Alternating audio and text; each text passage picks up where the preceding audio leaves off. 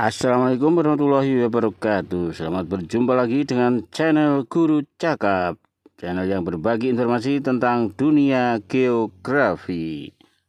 Kita sedang berada di bulan Juli. Di Indonesia, Australia, Afrika Selatan, dan sebagian Amerika Selatan, suhu terasa lebih dingin dari biasanya. Sementara di negara-negara di utara seperti Jepang, India, Tiongkok bagian utara, bahkan negara-negara di Eropa dan Amerika Utara, suhu justru menyentuh rekor tertinggi. Terjadi gelombang panas, kekeringan, dan kebakaran hutan. Apa sebenarnya yang sedang terjadi? Untuk memahami fenomena ini, kita perlu melihat bagaimana posisi bumi terhadap matahari memengaruhi musim dan juga mengenal mekanisme sumbu kemiringan bumi serta fenomena tahunan yang disebut solstice atau equinox. Kemiringan sumbu bumi. Kemiringan sumbu bumi ini merupakan akar dari segala musim. Bumi kita tidak tegak lurus saat mengelilingi matahari. Sumbu rotasinya miring sekitar 23,5 derajat dari garis tegak lurus terhadap bidang orbitnya. Inilah yang menjadi kunci utama terjadinya pergantian musim. Ketika bumi berputar mengelilingi matahari, dalam 1 tahun, kemiringan ini membuat 1 bulan bumi menerima lebih banyak sinar matahari dibanding bulan lainnya pada waktu-waktu tertentu. Pada sekitar 21 Juni, sumbu utara bumi miring ke arah matahari. Inilah yang disebut sebagai solstice Juni. Saat itu, belahan bumi utara mengalami musim panas dan belahan bumi selatan mengalami musim dingin. Sebaliknya pada sekitar 21 Desember, sumbu selatan bumi miring ke arah matahari. Maka giliran belahan bumi selatan yang mengalami musim panas dan belahan bumi utara mengalami musim dingin. Jadi, ketika kita di Indonesia, Australia, dan negara selatan merasa dingin di bulan Juni, Juli, Agustus, itu adalah efek langsung dari minimnya penyinaran matahari ke belahan bumi selatan. Mengapa bisa terasa lebih dingin dari biasanya?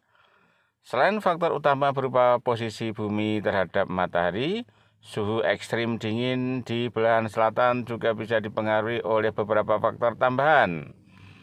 Arah dan pola angin musiman atau monsun. Di Indonesia, misalnya bulan Juni sampai Agustus adalah musim kemarau, tapi justru terasa dingin, terutama di malam hari. Itu karena angin muson timur bertiup dari benua Australia yang sedang mengalami musim dingin. Angin ini membawa udara dingin dan kering yang mencampur wilayah Indonesia bagian selatan seperti Nusa Tenggara, Jawa, dan Bali. Jadi meski tidak hujan, suhu udara bisa turun tajam terutama di dataran tinggi atau wilayah pegunungan. Fenomena La Nina atau El Nino. Fenomena global seperti El Nino dan La Nina juga mempengaruhi distributor suhu dan curah hujan. El Nino cenderung menghangatkan suhu permukaan laut di Samudra Pasifik, sementara La Nina cenderung mendinginkan. Dalam tahun-tahun tertentu, efek La Nina dapat menyebabkan suhu udara di Indonesia menjadi lebih dingin dari biasanya, terutama pada malam hari. Variabilitas iklim global. Perubahan iklim global dan ketidakstabilan cuaca juga menyebabkan anomali suhu. Kadang bahkan di luar prediksi musim biasa, bisa juga muncul gelombang udara dingin atau sistem tekanan tinggi yang menyebar ke wilayah tropis. Ini terjadi misalnya saat massa udara dingin dari kutub selatan terdorong ke lintang yang lebih rendah. Mengapa di utara malah terasa sangat panas? Sebaliknya, saat bagian selatan bumi mengalami pendinginan, bulan bumi utara sedang menghadap penuh ke arah matahari. Pada saat solstice Juni, garis balik utara atau Tropic of Cancer menerima penyinaran maksimum matahari hampir berada di atas kepala di negara-negara seperti India bagian utara, Saudi Arabia, Meksiko, bahkan bagian selatan Amerika Serikat.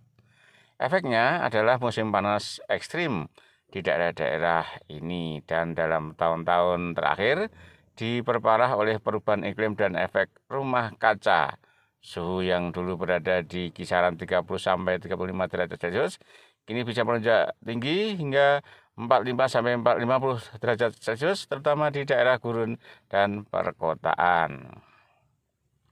Kota-kota besar yang padat dan minim ruang hijau juga mengalami efek pulau panas perkotaan yang membuat suhu semakin tidak tertahankan. Apa dampaknya bagi kehidupan sehari-hari? Di Indonesia, suhu dingin musiman ini bisa berdampak pada pertanian, perikanan, bahkan kesehatan. Banyak petani mengeluh tanaman lebih lambat tumbuh karena kurang sinar matahari. Peternak ayam di dataran tinggi juga harus memberikan perubahan atau tambahan lampu penghangat. Di sisi lain, orang yang tinggal di rumah tanpa isolasi memadai bisa mengalami masalah pernapasan akibat suhu malam yang sangat dingin. Di Australia, suhu dingin bisa mencapai titik beku di wilayah selatan seperti Tasmania atau Melbourne. Di saat yang sama, Kanada atau Amerika Serikat bagian selatan bisa mencapai suhu sangat tinggi hingga menyebabkan kekeringan dan bahaya kebakaran. Kesimpulan, fenomena musiman yang berulang tapi tak selalu biasa. Suhu dingin di Indonesia dan negara-negara belahan selatan pada bulan Juni sampai Agustus sebenarnya adalah hal yang normal dalam sistem iklim bumi. Namun, jika terasa lebih ekstrim, bisa jadi itu adalah kombinasi dari musim, pola angin muson, La Nina, atau perubahan iklim global. Sebaliknya, musim panas ekstrim di utara juga bisa menjadi indikator bahwa planet kita sedang mengalami tekanan iklim yang tidak stabil. Dari sini kita belajar bahwa segala sesuatu di bumi saling berhubung. Dari posisi bumi terhadap matahari, pola angin hingga aktivitas manusia yang memengaruhi iklim global. Demikian siswa-siswa semuanya, sobat-sobat geografi semuanya, informasi telah kita sampaikan berkaitan dengan mengapa akhir-akhir ini suhu di beberapa tempat di belahan bumi selatan sangat dingin, sementara di belahan bumi utara relatif lebih panas dari biasanya. Semoga bermanfaat, ada kekurangan mohon maaf.